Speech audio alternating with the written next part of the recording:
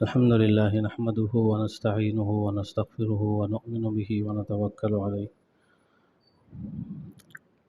ونعوذ بالله من شرور أنفسنا ومن سيئات أعمالنا من يهده الله فلا مضل له ومن يضلله فلا هادي له ونشهد أن لا إله إلا الله وحده لا شريك له ونشهد أن سيدنا وسندنا ونبينا ومولانا محمدا عبده ورسوله أما بعد فأعوذ بالله من الشيطان الرجيم بسم الله الرحمن الرحيم ألف لام ميم أحسب الناس أن يتركوا أن يقولوا آمنا وهم لا يفتنون صدق الله العظيم۔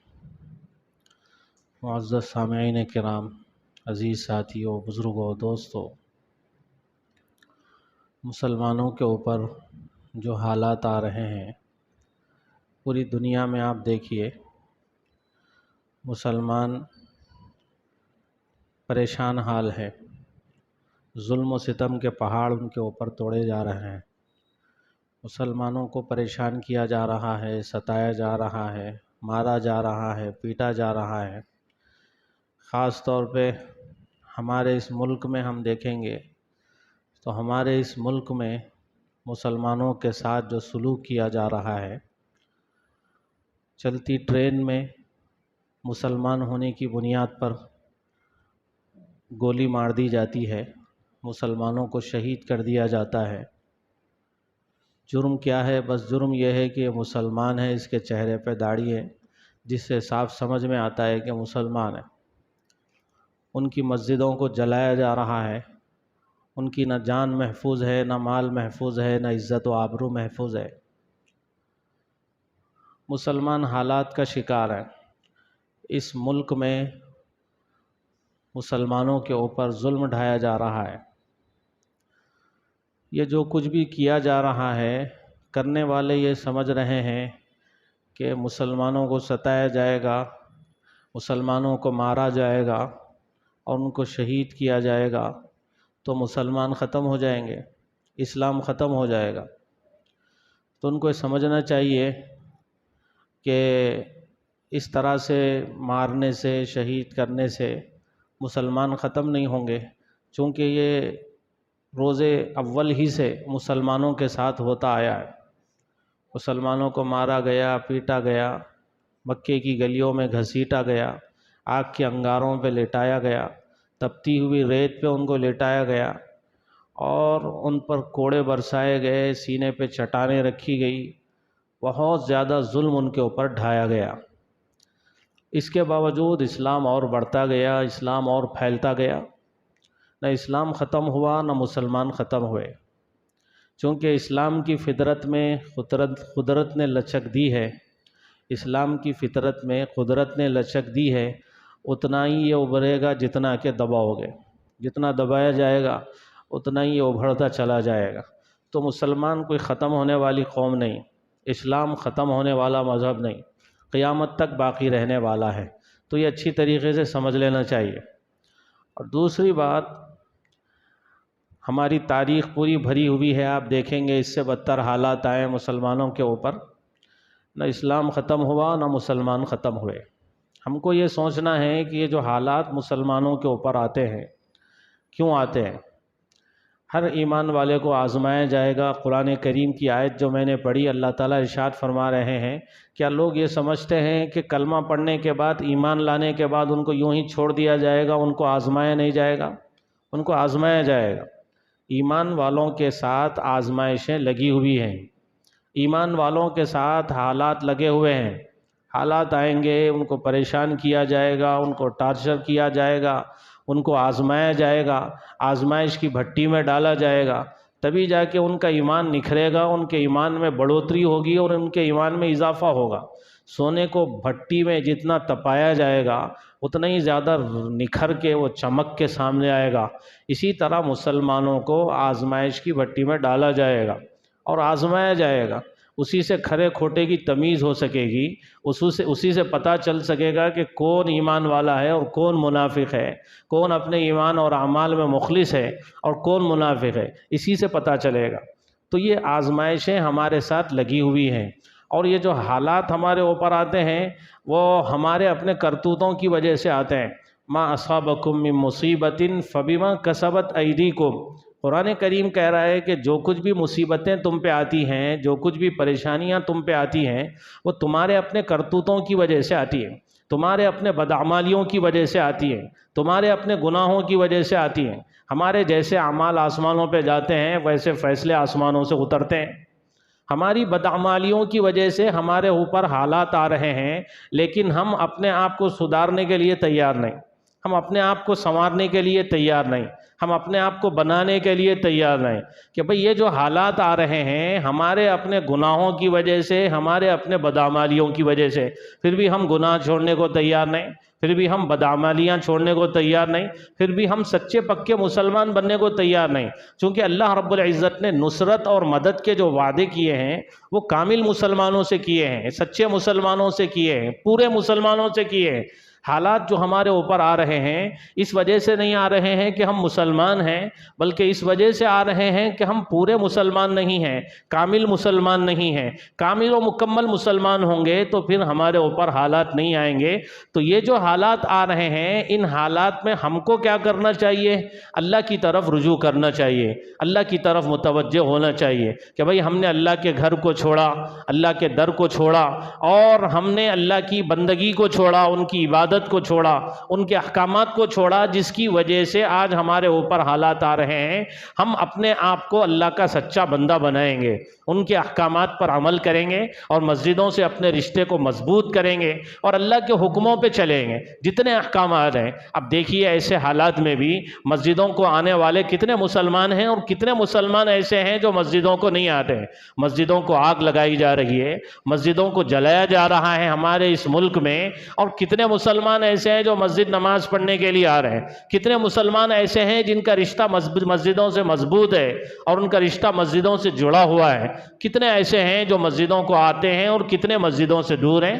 مسجدوں سے اپنے رشتے کو مضبوط کرنا چاہیے، اللہ تعالیٰ کے ساتھ اپنے تعلق کو مضبوط کرنا چاہیے۔ حالات آتے ہیں جب بندہ اللہ کی طرف رجوع ہوتا ہے تو اس کا تعلق اللہ کی ذات سے مضبوط ہوتا ہے۔ اس لیے بندے کو چاہیے کہ اپنے آپ کو کامل و مکمل مسلمان بنائے، 100% مسلمان بنائے، سارے احکامات کو اپنی زندگیوں میں لانے کی کوشش کرے، نمازوں کی بھی پابندی کرے، نمازوں کا بھی اہتمام کریں۔ اللہ تعالیٰ نے جتنے احکامات ہم کو دیے ہیں ان سارے احکامات پر ہم عمل کرنے والے بنیں۔ پڑوسیوں کے ساتھ اچھا سلوک کریں، کسی پہ ظلم نہ کریں، کسی پہ زیادتی نہ کریں، معاملات کو ہم اپنے صاف رکھیں، کسی کو دھوکہ نہ دیں، اور خیانت اور بددیانتی سے اپنے آپ کو دور رکھیں۔ تجارت کریں، کاروبار کریں تو اسلامی تعلیمات کی روشنی میں کریں، نبی رحمت صلی اللہ علیہ وسلم کی ہدایت کی روشنی میں کریں۔ تو ہم سارے احکامات پہ عمل کریں اور اپنے تعلق کو اللہ سے مضبوط کریں، اور مسجدوں سے اپنے تعلق کو مضبوط کریں، اور اللہ سے اپنا تعلق جتنا زیادہ مضبوط ہوتا جائے گا پھر میرے دوستو یہ حالات خود بخود ختم ہوتے چلے جائیں گے۔ تو یہ ضروری ہے ہم اپنے تعلق کو اللہ کی ذات سے مضبوط کریں۔ پہلے جو کام ہم کو کرنا ہے وہ یہ کرنا ہے۔ دیکھیے اب ایسے حالات کے باوجود ہم میں سے کتنے ایسے ہیں وہی زندگی گزار رہے ہیں جیسی کہ زندگی ان کی پہلے سے گزر رہی ہے۔ عجیب و غریب زندگی ہے ہماری، ہم نہ مسجدوں سے قریب ہو رہے ہیں، نہ نمازوں سے قریب ہو رہے ہیں، نہ ہم اپنے کاروبار کو سنت کے مطابق کرنا چاہتے ہیں، نہ تجارت نبی صلی اللہ علیہ وسلم کی تعلیمات کی روشنی میں کرنا چاہتے ہیں، اور نہ ہم اپنے معاملات کو سدھارنا چاہتے ہیں، نہ اخلاق کو بنانا چاہتے ہیں، نہ ہم اپنے پڑوسیوں سے صحیح رہنا چاہتے، نہ ہم اپنے دوستوں اور رشتہ داروں سے اچھا سلوک کرنا چاہتے ہیں۔ ہم ویسے ہی زندگی گزار رہے ہیں جیسے کہ پہلی زندگی گزار رہے تھے۔ ہم کو چاہیے کہ ہم اپنے آپ کو کامل و مکمل مسلمان بنائیں، کامل ایمان والا بنائیں۔ ایسے حالات سے ہم کو جو سبق لینے کا ہے وہ یہ لینے کا ہے۔ دوسرے درجے میں جو چیز کرنے کی ہے وہ یہ ہے کہ یہ ہم کوشش اس بات کی کریں کہ یہ جو کچھ بھی ہو رہا ہے، مسلمانوں کے اوپر جو مظالم ڈھائے جا رہے ہیں، مسلمانوں کو جو نشانہ بنایا جا رہا ہے، مسلمانوں کو جو مارا جا رہا ہے، ان کو جو پیٹا جا رہا ہے،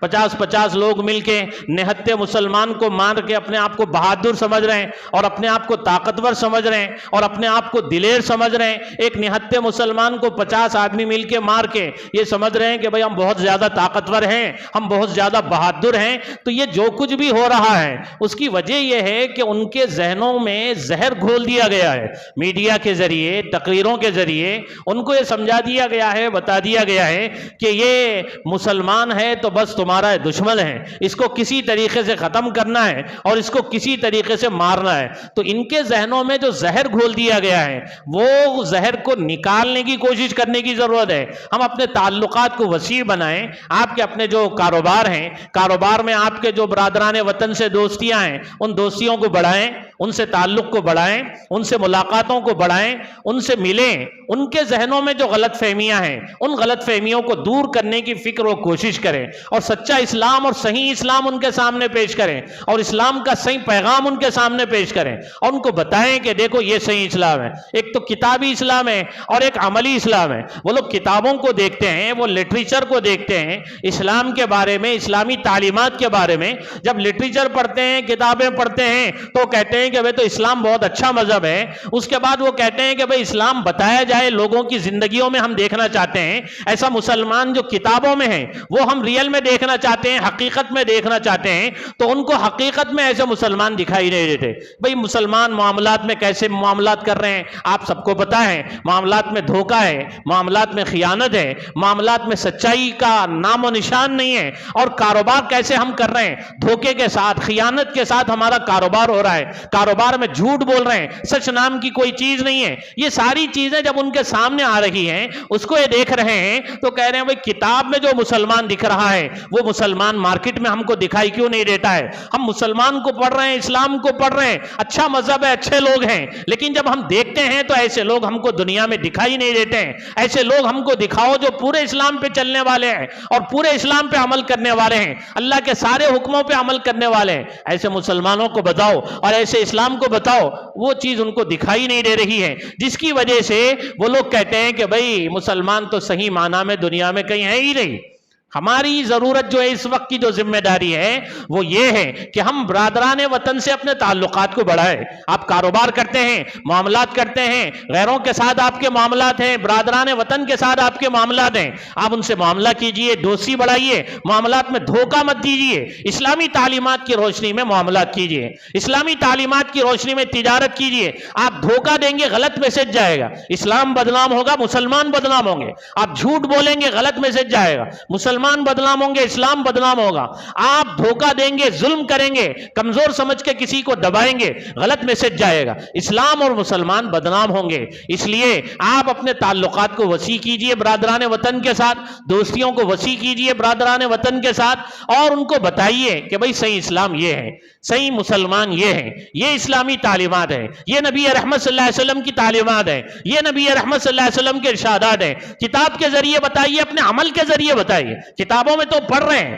لٹریچر تو وہ دیکھ رہے ہیں، لیکن عملی طور پہ ایسا مسلمان ان کو دکھائی نہیں دے رہا ہے، جس کی وجہ سے وہ اسلام سے دور ہوتے چلے جا رہے ہیں، بدزن ہوتے چلے جا رہے ہیں۔ اسلام کے بارے میں ان کے ذہنوں میں زہر گھول دیا گیا ہے، اس کو نکالنے کی ضرورت ہے۔ آپ تعلقات بڑھائیں گے، غلط فہمیوں کو دور کریں گے، ان سے میل جول رکھیں گے، ان سے تعلقات رکھیں گے، غلط فہمیوں کو دور کرنے کی کوشش کریں گے تو یہ زہر نکلے گا۔ اس کے بعد حالات میں کسی حد تک سدھار آ سکتا ہے۔ اس لیے اسلام کا جو پیغام ہے، اسلام کی جو دعوت ہے، برادران وطن تک پہنچانا یہ ہماری ذمہ داری ہے۔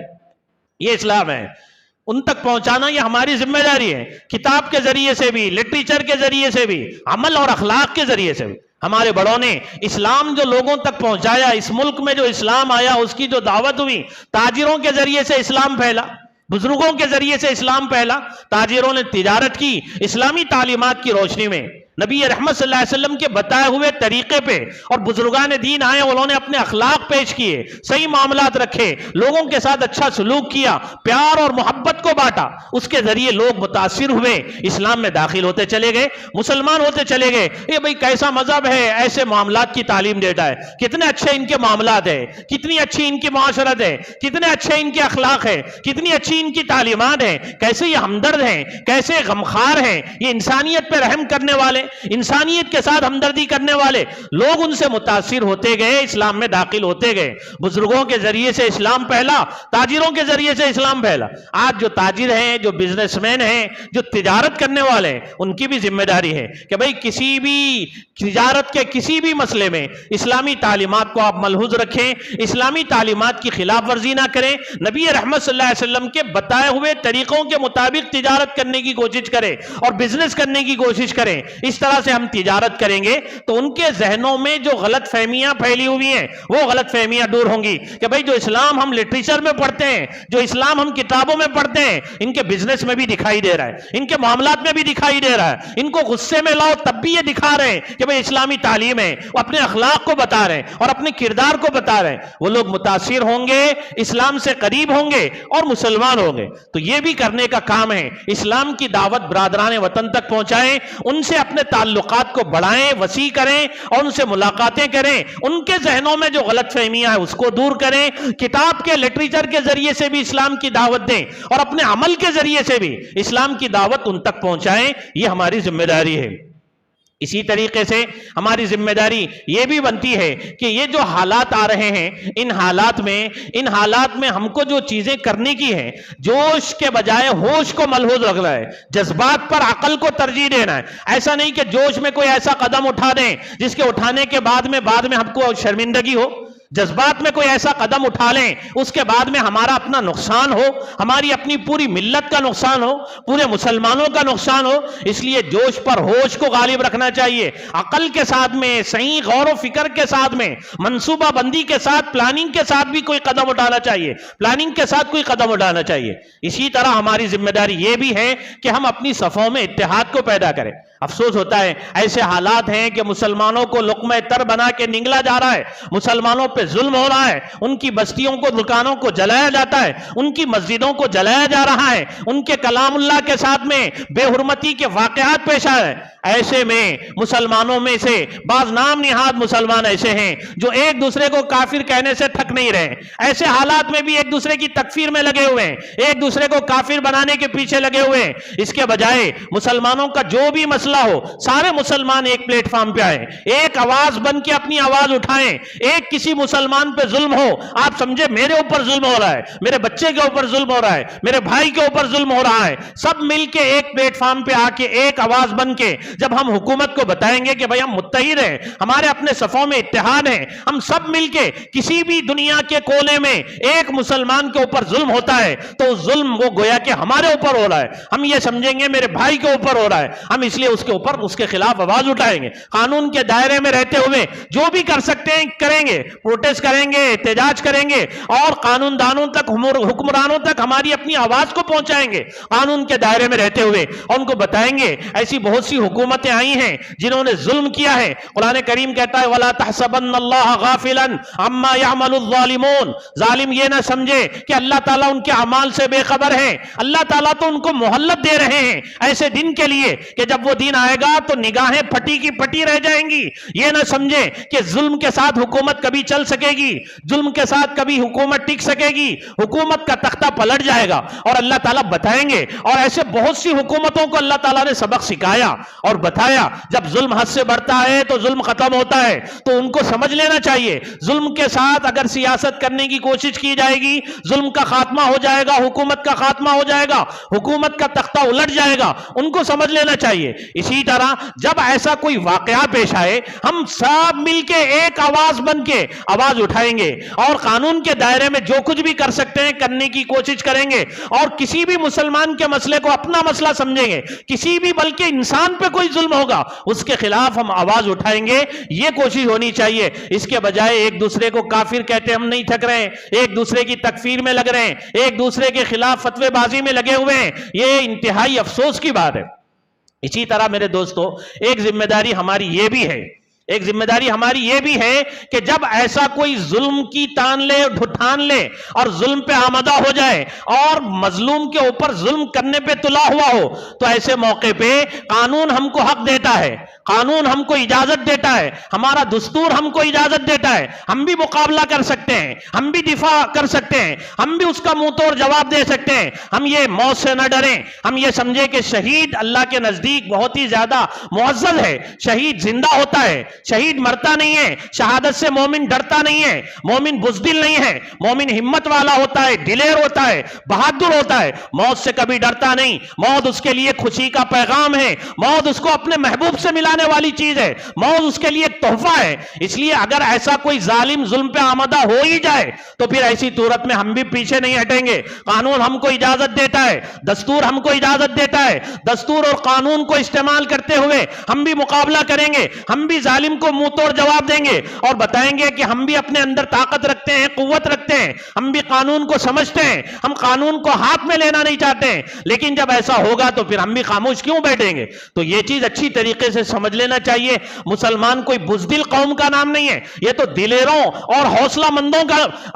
مند قوم کا نام ہے۔ تو مسلمان بہادر ہے، موت سے وہ کبھی ڈرتا نہیں ہے۔ تو یہ کوشش ہونی چاہیے کہ جب بھی ایسا کوئی معاملہ آئے تو ایسی صورت میں مسلمان موت سے گھبرانے کے بجائے یہ کوشش کریں کہ بھئی ہم بھی مقابلہ کریں گے، شہید ہو جائیں گے۔ شہادت ہمارے لیے اعزاز کی چیز ہے، موت سے ہم ڈرتے نہیں، ہم تو خوش ہوتے ہیں۔ تو یہ جو حالات میرے دوستوں آ رہے ہیں، حکمرانوں کو اس سلسلے میں جو کچھ بھی کیا جا رہا ہے، جو ظالم ہے، ظلم کر رہے ہیں، ان کو گرفتار کرنا چاہیے، ان کے خلاف قانونی سخت سے سخت کارروائی ہونی چاہیے اور ان کو گرفتار کر کے ایسی سزا عبرتناک دینی چاہیے تاکہ جو دوسرے ظلم کرنے کا ارادہ بھی کریں تو ان کے حوصلے پست ہو جائیں اور ان کو پتا چلے کہ جب ظلم پہ ایسی سزا مل رہی ہے ہم بھی کریں گے، ہم کو بھی سزا ملے گی، تو دوسرا ظلم سے اپنے آپ کو باز رکھے گا، دوسرا ظلم سے اپنے آپ کو روکے رکھے گا۔ اس لیے جو کچھ بھی فساد مچا رہے ہیں، دنگے کر رہے ہیں، مسجدوں کو جلا رہے ہیں، مسلمانوں پہ ظلم ڈھا رہے ہیں، ان کے خلاف سخت سے سخت کارروائی ہونی چاہیے، ان کی گرفتاریاں عمل میں آنی چاہیے اور ان کے اوپر دفعات سخت سے سخت لگا کے سخت قانونی کارروائی کرنی چاہیے تاکہ دوسرے لوگوں کو اس سے عبرت حاصل ہو اور نصیحت حاصل ہو۔ اور مسلمانوں کے لیے اس میں پیغام یہ ہے، مسلمان یہ کوشش کریں کہ اپنے تعلق کو اپنے پروردگار سے جوڑے رکھیں، اپنے آپ کو کامل اور مکمل مسلمان بنائیں، مسجدوں سے اپنے آپ کو قریب کریں، قرآن سے اپنے آپ کو قریب کریں، اپنے آپ کو اللہ رب العزت کے احکامات پر عمل کا عادی بنائیں، سارے احکامات پہ عمل کرنے والا بنیں۔ لیکن دیکھنے کو یہ آتا ہے ایسے حالات میں بھی مسلمان ناچ گانے میں لگے ہوئے ہیں، ایسے حالات میں بھی مسلمان میوزک اور گانے باجے اور اس کے آلات کے استعمال میں لگے ہوئے ہیں، ایسے حالات میں بھی مسلمان مسجدوں سے دور ہیں اور ایسے حالات میں بھی مسلمان اپنے معاملات اور معاشرت اور اپنے اخلاق کو سنوارنا نہیں چاہتے، بنانا نہیں چاہتے۔ تو پھر میرے دوستو اللہ کی مدد بھی نہیں آئے گی، اللہ کی نصرت بھی نہیں آئے گی۔ اللہ کی مدد اور نصرت آئے گی ان مسلمانوں پہ جو واقعی مسلمان ہوں گے، جو کامل و مکمل مسلمان ہوں گے۔ ایسے مسلمانوں کی مدد کا اللہ رب العزت نے وعدہ کیا ہے۔ اللہ سے دعا ہے اللہ تعالیٰ ان حالات کو جلد از جلد ختم فرمائے اور مسلمانوں کو حوصلہ نصیب فرمائے اور جو کچھ کہا گیا اس پر عمل کی توفیق نصیب فرمائے۔ آمین۔ وآخر دعوانا الحمدللہ رب العالمین۔ سنتیں پڑھ لیجیے۔